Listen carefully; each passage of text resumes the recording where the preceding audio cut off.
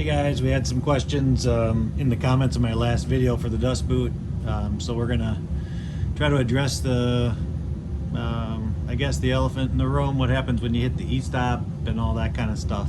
So in the setup with the ATC here, if you turn this flood coolant off, your dust boot is in the lower position, and the cover for the dust cover for the ATC is closed. So when I turn the flood on, it opens the dust cover and it raises the boot. So I just turn that off. So it doesn't matter, I don't think, what position it's in, on or off. And so when I go here on my test program, it's just testing 3 tools. So currently I have what's the current tool here? I just created these macros so it's a little bit easier for me to go on the console. Current tool is 0, and I confirmed that there is no tool in the spindle right now. So that's all good. So if I wanted to assign a tool, I guess real quick, I can just assign tool 1, go to the console, does the M61Q1, says okay, go back to macros, what's the current tool, go in here, it says tool 1. So just a quick way. So I'm just going to assign tool 0 and go back to my console. So tool 0 is now assigned, so that's what the CNC believes is there's no tool in the spindle. So now when I hit start job, it needs tool 1 to start the job. So start the job, raises everything up. So this is a regular program right out of VCarve Pro.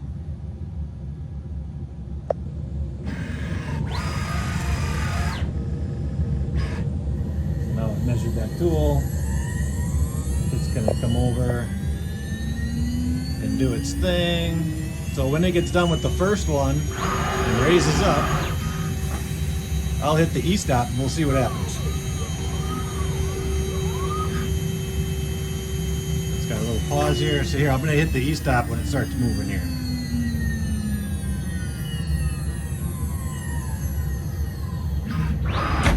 There, I hit the E-stop. So what that did is it turned the flood pin off. It closed the dust cover, and it just lowered the boot. So now it didn't do anything to the spindle other than shut it off. So the spindle's still in the same location, still has the bit in it, everything's safe. So now what I need to do in order to home, it's going to keep the flood pin off, and that dust boot's going to be in the lower position. So you just come over here, hit the button on the dust boot to raise it up. So now it's up all the way in its home position. Double click it.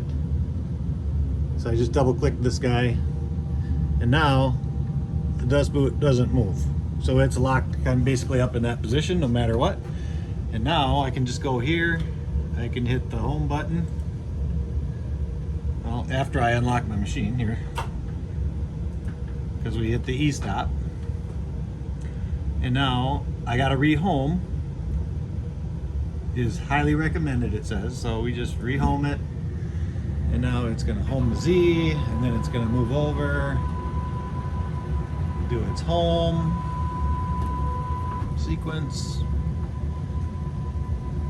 If you guys are wondering what this white cable is hanging out of here, it's for LEDs that I was going to put up underneath here, but I haven't gotten that far yet. Still doing some testing. I've been too busy in production. All right, so now I'm just going to move this out here ways, and now when we go to our coolant, so now we should be able to do, you know, our tool changes and all this kind of stuff. So if we go to our macros, or I'm sorry, our console, let's see what's our current tool. Go to the console. So believes it has tool 1. That's correct, it has tool 1. So if we wanted to put a different tool in there, now we can just do a normal tool change. But you got to remember your height is not, you know, set on this guy. So if we wanted to come back over and let's just say our material was over here and we want to lower our dust boot back down. You just manually dial this guy and lower your dust boot wherever you want it. Double click it. So right here, double click, click, click. Okay, so now when you hit this up here, it raises it and it lowers it. Raise and lower. So when it's in the lower position, and right now the flood pin is off, so if I turn the flood pin on, it's going to raise it. Turn the flood pin off, it lowers it. So if I put this in the upper position, now let's see what happens when we turn the flood pin on. Turn the flood pin on, nothing happened. Flood pin off, now it lowered it. So it knows, flood pin on, raise it up, flood pin off, lower it. So if I want to change to tool 3, I can just come into my console here, type in M6T3, hit enter, when it raises up, it's going to drop off tool 1, picking up tool 3,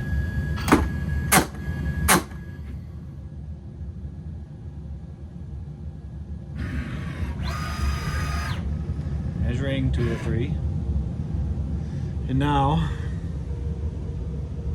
it's 1.713 inches above its Z0. So if I come out here, if I lower this down, so now I'm 1/4 inch below my Z height, and you can kind of see where my bit is right there. So that should be accurate.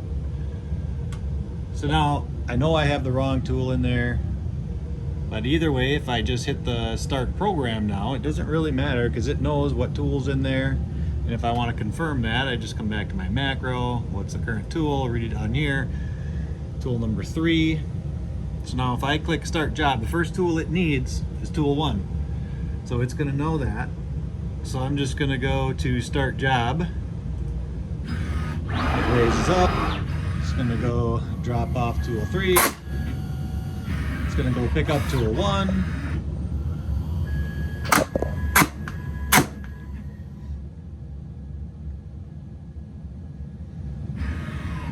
It's going to go measure tool 1. It's going to ramp up the spindle. It's going to come over, it's going to start doing its thing for the first program here. So there, it closed the dust boot, lowered the dust boot, did its first run, it's just a circle, and now it raised it up, it opened the dust cover. Now it's going to drop off tool 1 and pick up, I believe, tool 7.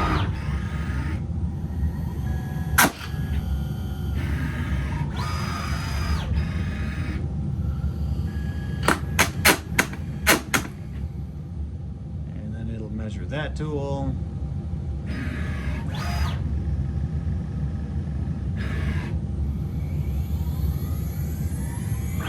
it's going to come up, lower everything down, do its thing, and we'll hit the E-stop here one more time at the end of this one. Once it raises up, once it starts moving, I guess I'll hit the E-stop.